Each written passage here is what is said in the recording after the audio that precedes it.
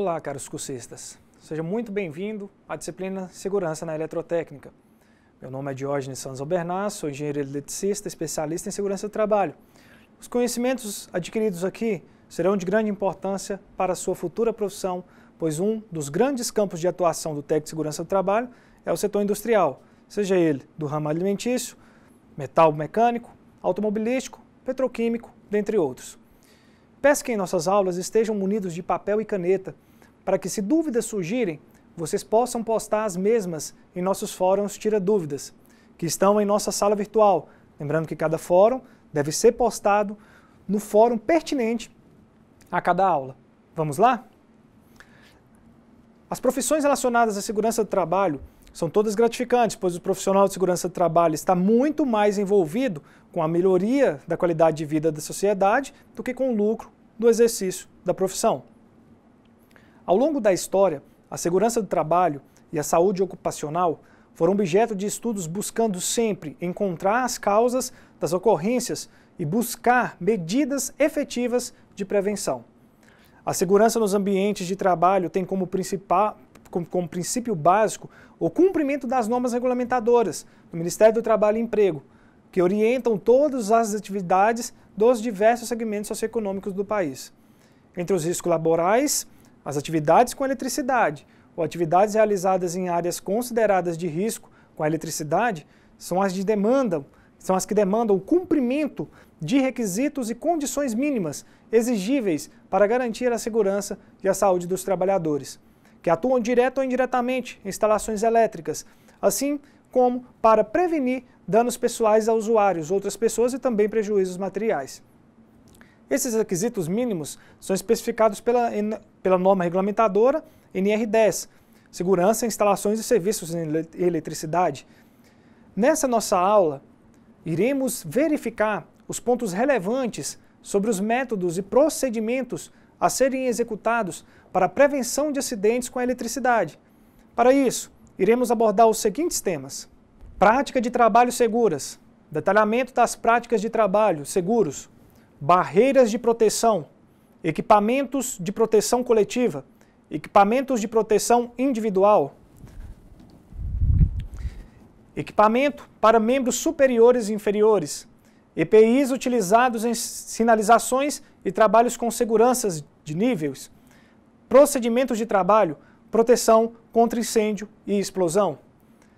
O primeiro passo que você deve seguir para o desenvolvimento de um ambiente de trabalho seguro é ter procedimentos em vigor que forneçam as diretrizes para os funcionários executarem as tarefas de forma segura. Esse procedimento deve auxiliar a eliminar ou evitar os acidentes, fornecendo regras e também diretrizes para as pessoas que trabalham com ou nas proximidades de condutores e circuitos elétricos energizados. Para isso, devem-se abordar qualificações, ferramentas, equipamentos de proteção, os níveis hierárquicos de aprovações e frequências necessárias para a realização de várias tarefas, bem como outras informações adicionais de advertência. Além disso, esse procedimento deve especificar as distâncias seguras para o pessoal qualificado e não qualificado. Quando os condutores estão ou podem tornar-se energizados, uma maneira de garantir a segurança em área de risco com eletricidade é observar uma distância de aproximação segura aos condutores de energia elétrica. É importante saber como aproximar pessoas ou objetos em áreas de riscos sem se colocar em perigo. Estas restrições são maiores para uma pessoa não qualificada do que para uma pessoa qualificada. A NR10, a norma regulamentadora do Ministério do Trabalho, que é a Segurança em Instalações e Serviços em Eletricidade, estabelece a delimitação de zonas de riscos, controlada para a execução de trabalhos cuja aproximação somente é permitida a profissionais autorizados. Na zona de risco, além da autorização, o acesso só é permitido com a adoção de técnicas, instrumentos apropriados de trabalho e equipamentos de proteção adequados. A Administração de Segurança e Saúde Ocupacional, o OSHA, vai mais além e estabelece distâncias de aproximação segura e autorização para a execução de tarefas em fiações aéreas e circuitos elétricos, para pessoas qualificadas e não qualificadas, para tarefa com condutores elétricos que envolvem transformação, transmissão e distribuição da energia. Esses procedimentos se aplicam às instalações sob o controle exclusivo dos responsáveis pelos serviços públicos de eletricidade, quando o funcionário trabalhar nas proximidades ou com os seguintes tipos condutores de circuitos elétricos energizados.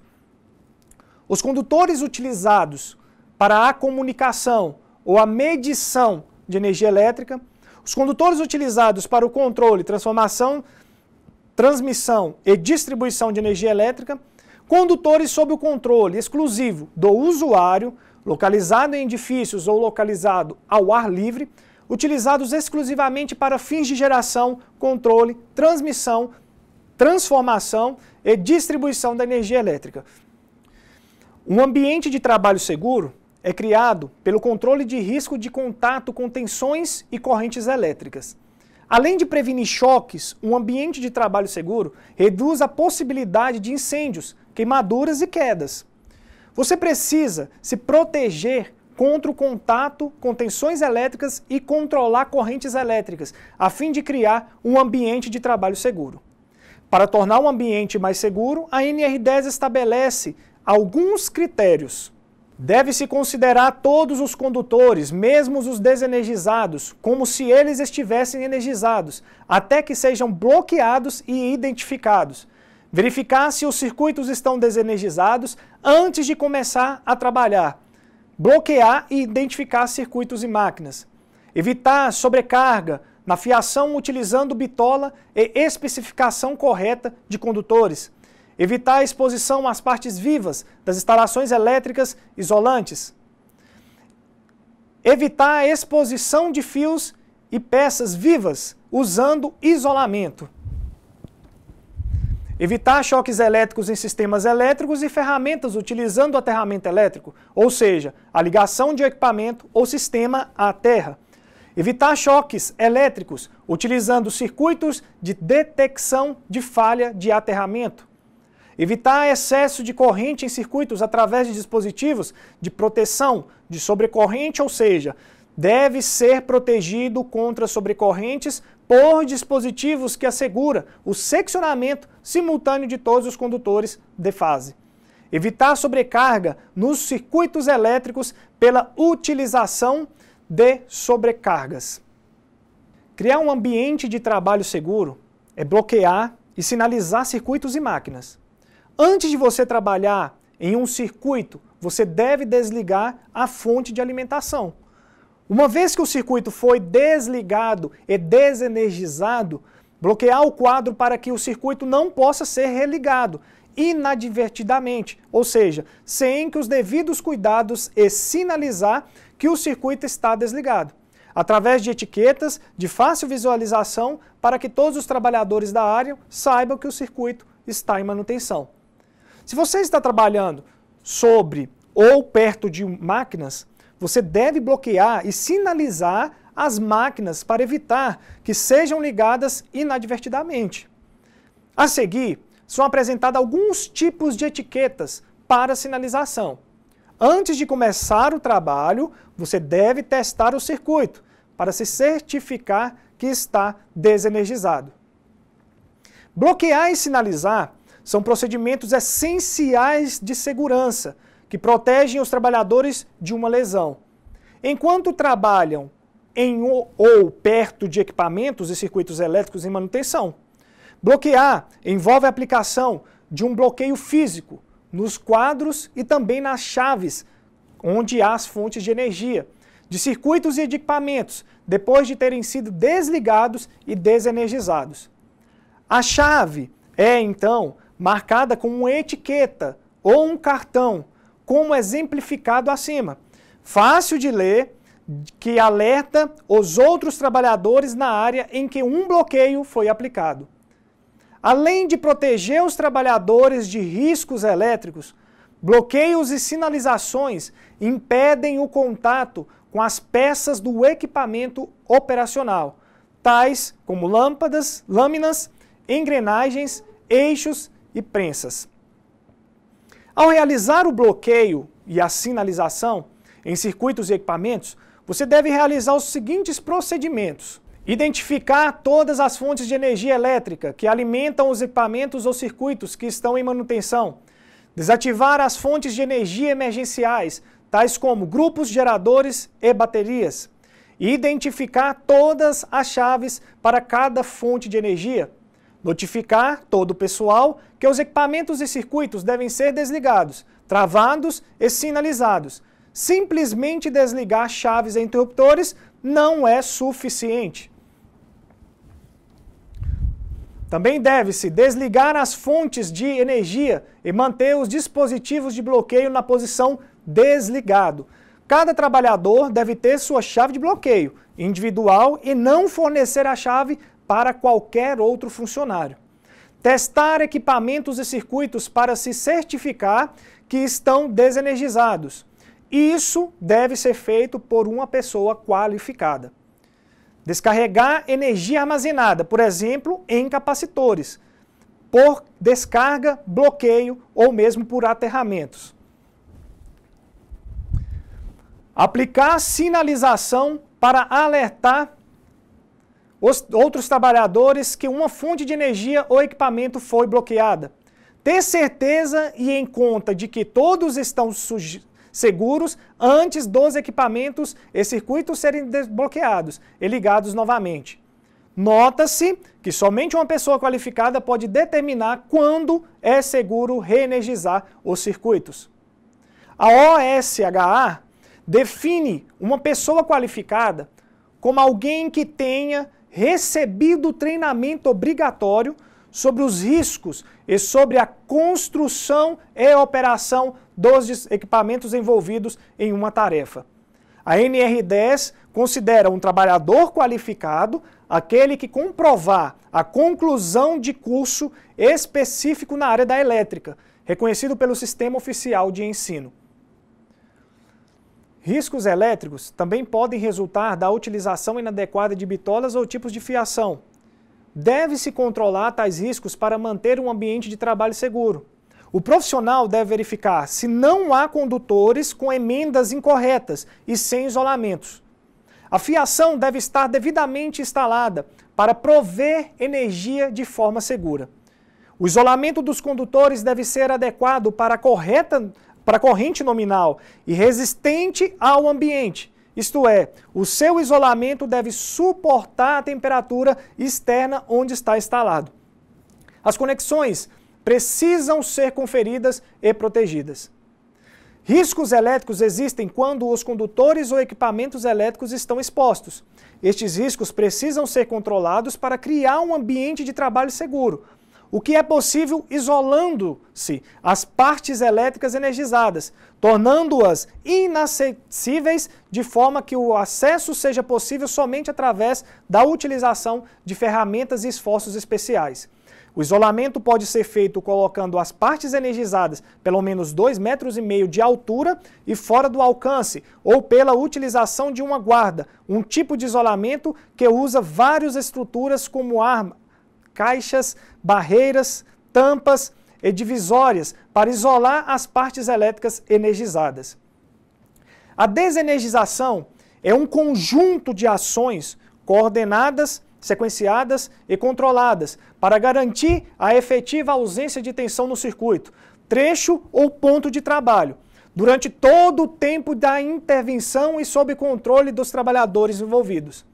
Serão consideradas desenergizadas as instalações elétricas liberadas para trabalho, mediante os procedimentos apropriados, e obedecida a sequência a seguir. Na primeira sequência nós temos o seccionamento, que é a ação de interromper totalmente o fornecimento de energia elétrica, através do isolamento adequado entre um circuito ou dispositivo e outro, que é obtido mediante o acionamento de dispositivos apropriados, tais como chaves seccionadoras, interruptores e disjuntores, associados por meios de manuais ou automáticos, ou ainda através de ferramental apropriada e segundo procedimentos específicos. No segundo passo, nós temos o impedimento de reenergização. São ações que impedem, de modo garantido, a reenergização do circuito ou equipamento desenergizado, assegurando ao trabalhador o controle do seccionamento anterior. Na prática, trata-se da aplicação de travamentos mecânicos por meio de fechaduras, cadeados e dispositivos auxiliares de travamento ou com sistemas informatizados equivalentes. Deve-se utilizar um sistema de travamento do dispositivo de seccionamento para o quadro, painel ou caixa de energia elétrica, de modo a garantir o efetivo impedimento de reenergização, involuntária ou acidental, do circuito ou equipamento durante a execução da atividade que originou o seccionamento. Além disso, deve-se fixar placas para sinalizar e alertar sobre a proibição de ligar a chave, indicando que o circuito está em manutenção. O risco de energizar inadvertidamente o circuito é grande em atividades que envolvem diferentes equipes, onde mais de um empregado estiver trabalhando. A eliminação do risco é garantida pelo emprego de tantos bloqueios quantos forem necessários para a execução da atividade. Dessa forma, o circuito será novamente energizado quando o último empregado concluir seu serviço e destravar os bloqueios. Após a conclusão dos serviços, deverão ser adotados os procedimentos de liberação específicos. A desenergização do circuito, ou mesmo de todos os circuitos numa instalação, deve ser sempre programada e amplamente divulgada para que a interrupção da energia elétrica reduza os transtornos e a possibilidade de acidentes. A reenergização deverá ser autorizada mediante a divulgação a todos os envolvidos. Como um processo de desenergização, também temos a constatação da ausência de tensão. Deve ser verificada a efetiva ausência de tensão nos condutores do circuito elétrico, com auxílio de detectores de tensão, e tal procedimento deve ser testado antes e após a verificação da ausência de tensão, sendo realizada por contato ou por aproximação e de acordo com as normas específicas. Constatada a inexistência de tensão através do procedimento de constatação da ausência de tensão, um condutor do conjunto de aterramento temporário deverá ser ligado a uma haste conectada à terra. Na sequência, deverão ser conectadas as garras de aterramento aos condutores fase, previamente desligados. Após a constatação da ausência de tensão e da instalação do aterramento temporário, deverá fazer uma proteção dos elementos energizados da zona controlada. A NR10 define zona controlada como área em torno da parte condutora energizada, não segregada, ou seja, que não está isolada, acessível de dimensões estabelecidas de acordo com o nível de tensão, cuja aproximação só é permitida a profissionais autorizados. Para compreendermos melhor as definições de aterramentos, vamos verificar os conceitos e tipos diferentes de aterramentos existentes.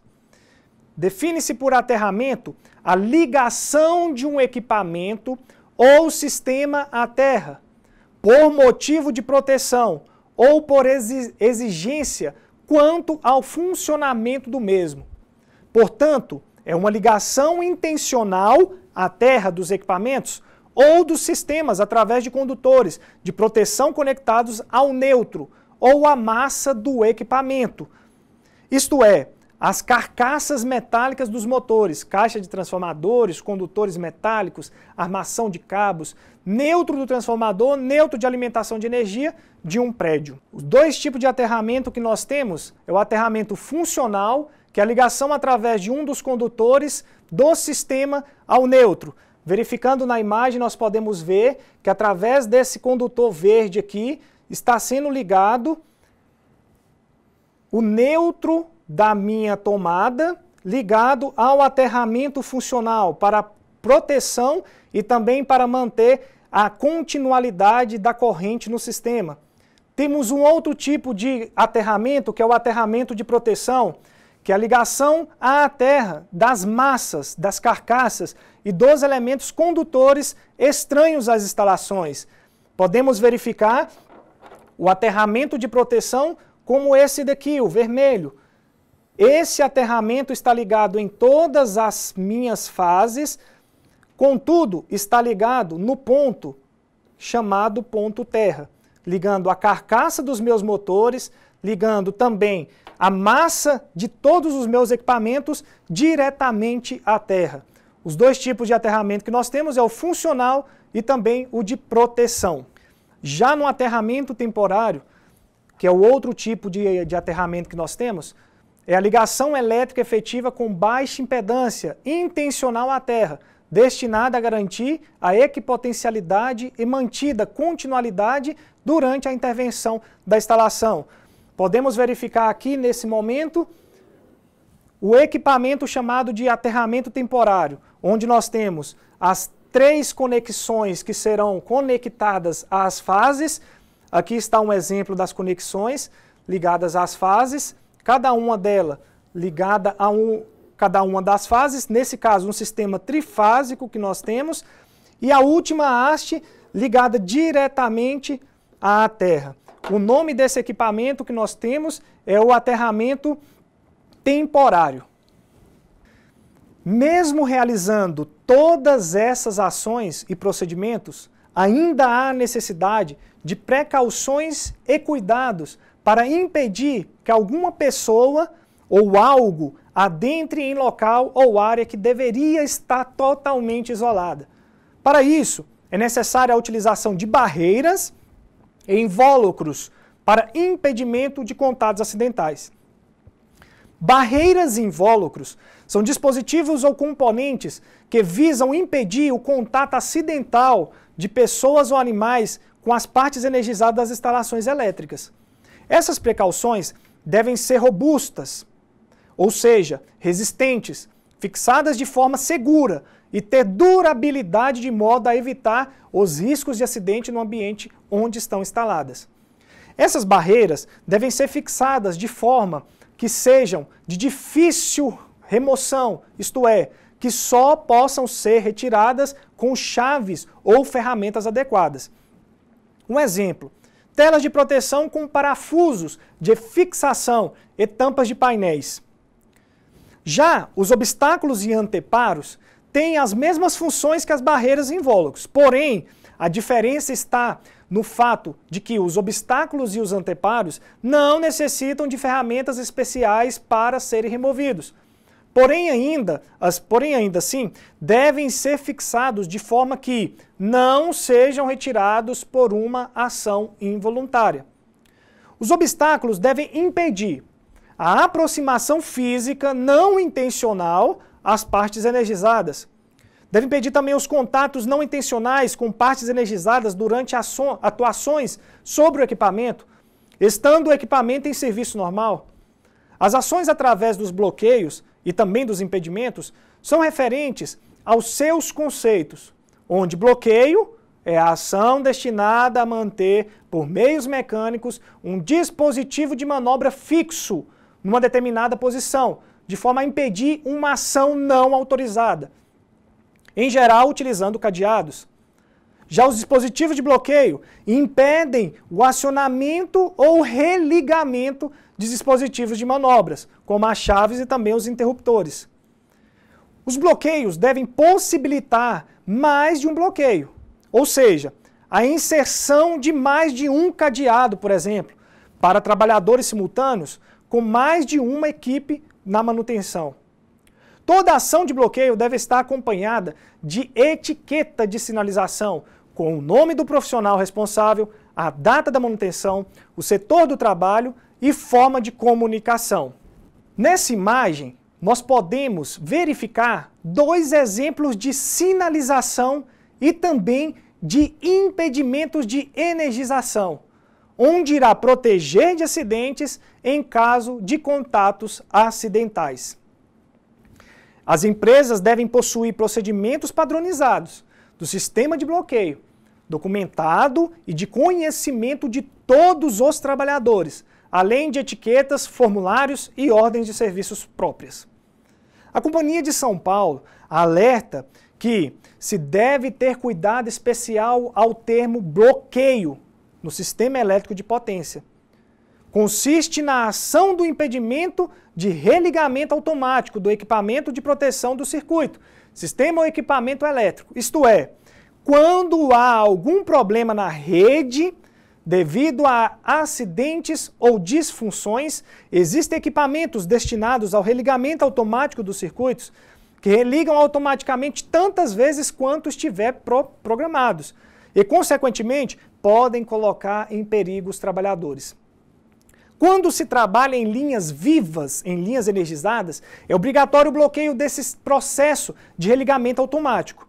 Essa ação é também denominada bloqueio de sistema de religamento automático e possui um procedimento especial para sua execução. As medidas estudadas anteriormente são denominadas proteção coletiva, que devem ser adotadas em todas as atividades e tarefas executadas em instalações elétricas para garantir a segurança e a saúde dos trabalhadores, além das instalações.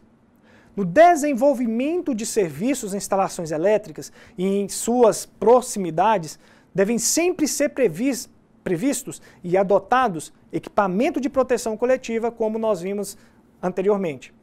Equipamento de proteção coletiva, de acordo com a Companhia de São Paulo, é todo dispositivo, sistema ou meio, fixo ou móvel, de abrangência coletiva, destinado a preservar a integridade física e a saúde dos trabalhadores, usuários e também de terceiros. A adoção dos EPCs visa não somente a proteção dos trabalhadores envolvidos diretamente nas atividades com eletricidade, como também a de outros trabalhadores que possam executar atividades paralelas ao redor ou até de pedestres, cujo percurso pode levá-los à exposição de riscos existentes. Os equipamentos de proteção coletivo são etiquetas, cadeados, grades, cercas, cones, sinalizadores, placas de advertência, faixa e também os extintores. Podemos verificar pela imagem alguns equipamentos de proteção coletiva, onde iremos verificar também a característica de cada um. O primeiro equipamento de proteção coletiva, na imagem, é um cone de sinalização, onde este EPC é utilizado para sinalizar áreas de trabalho e obras em vias públicas ou rodovias e orientar o trânsito de veículos e de pedestres, podendo ser utilizado em conjunto com a fita zebrada, sinalizadores estrobos e também as bandeirolas. Já o segundo é uma fita de sinalização, onde este EPC é utilizado para delimitar e isolar áreas de trabalhos. O terceiro é uma grade metálica dobrável, onde este EPC é utilizado para isolar e sinalizar áreas de trabalhos, postos de inspeções, entrada de galerias subterrâneas e situações semelhantes. Já no quarto nós temos um sinalizador estrobo, que serve para sinalizar a realização de serviços, obras, acidentes e atendimentos em ruas e rodovias. O quinto EPC é uma banqueta isolante, utilizada para isolar o operador do solo durante operações do equipamento guindalto, em regime de linhas energizadas. E o sexto equipamento, nós temos o extintor de incêndio, que no nosso caso é um pós-multiuso, ou então um pós-ABC. Estes EPCs extintores pós, denominados multiuso ou ABC, são utilizados em quaisquer classes de incêndio, pois extinguem princípios de incêndio em materiais sólidos, em líquidos inflamáveis e também gases. Também controlam incêndios em que haja presença da corrente elétrica sem transmiti-la, isto é, sem gerar riscos ao operador. Nesse momento, caras cursistas, após verificarmos os conceitos dos EPCs, serão apresentados a vocês os conceitos dos equipamentos de proteção individual, os EPIs. As responsabilidades sobre o uso dos EPIs e os equipamentos utilizados nas atividades com eletricidade, assim como outros equipamentos relativos a outras atividades. Você, como um profissional da segurança do trabalho, terá a tarefa constante no dia a dia de trabalho de vigilância e cobrança dos trabalhadores para a utilização dos EPIs.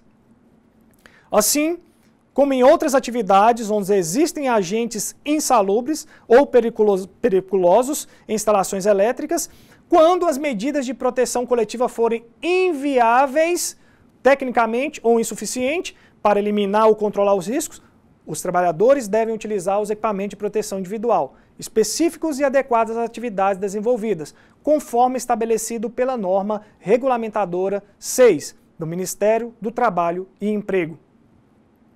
Assim, como em outras atividades onde existem agentes insalubres ou periculosos em instalações elétricas, quando as medidas de proteção coletiva forem inviáveis tecnicamente ou insuficientes para eliminar ou controlar os riscos, os trabalhadores devem utilizar os equipamentos de proteção individual, específico e adequado às atividades desenvolvidas, conforme estabelecido pela norma regulamentadora 6, a NR6, do Ministério do Trabalho e Emprego.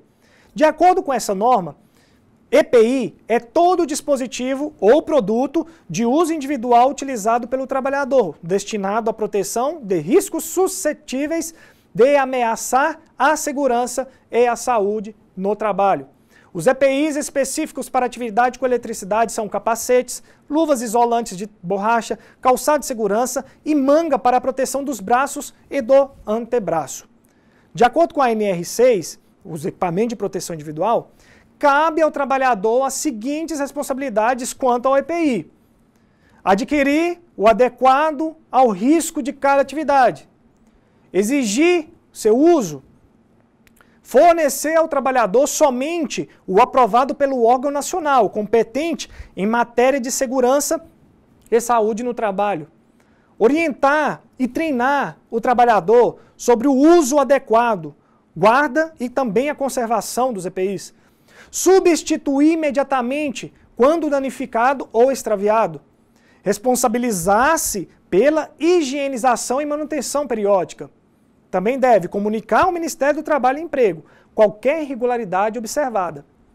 Deve também registrar o seu funcionamento ao trabalhador, podendo ser adotado livros, fichas ou sistemas eletrônicos.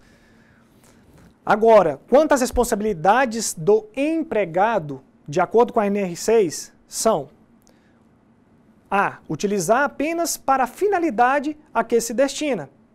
Responsabilizar-se pela guarda e conservação.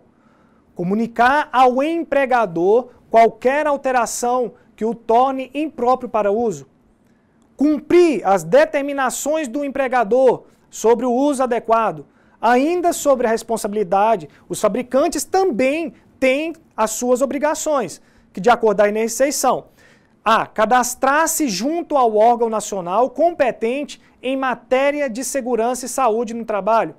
Solicitar a emissão do certificado de aprovação, a CA. Solicitar a renovação da CA quando vencido o prazo de validade, estipulado pelo órgão nacional competente em matéria de segurança e saúde do trabalho. Requerer um novo certificado de aprovação quando houver alteração das especificações do equipamento aprovado. Responsabilizar-se pela manutenção da qualidade do EPI que deu origem ao certificado de aprovação. Comercializar ou colocar à venda somente EPI portador da CA. Comunicar ao órgão nacional competente em matéria de segurança e saúde do trabalho quaisquer alterações dos dados cadastrais fornecidos. Também deve comercializar o EPI com instruções técnicas no idioma nacional, orientando sua utilização, a sua manutenção, restrição e demais referências ao uso. Fazer constar do EPI o número do lote da fabricação. Providenciar a avaliação da conformidade do EPI no âmbito do Sistema Nacional de Metrologia, Normalização e Qualidade Industrial, o SINmetro, quando for o caso. Também deve fornecer as informações referentes aos processos de limpeza e higienização de seus EPIs, indicando, quando for o caso, o número de higienização acima do qual é necessário proceder à revisão ou à substituição do equipamento, a fim de garantir que os mesmos mantenham as características da proteção original. Serão apresentados agora alguns EPIs utilizados para a segurança com eletricidade, mas sendo ainda EPIs comuns a quase todas as áreas, não sendo ainda exclusivos aos eletricistas. O primeiro EPI que nós observamos é o capacete de proteção tipo aba frontal, jockey.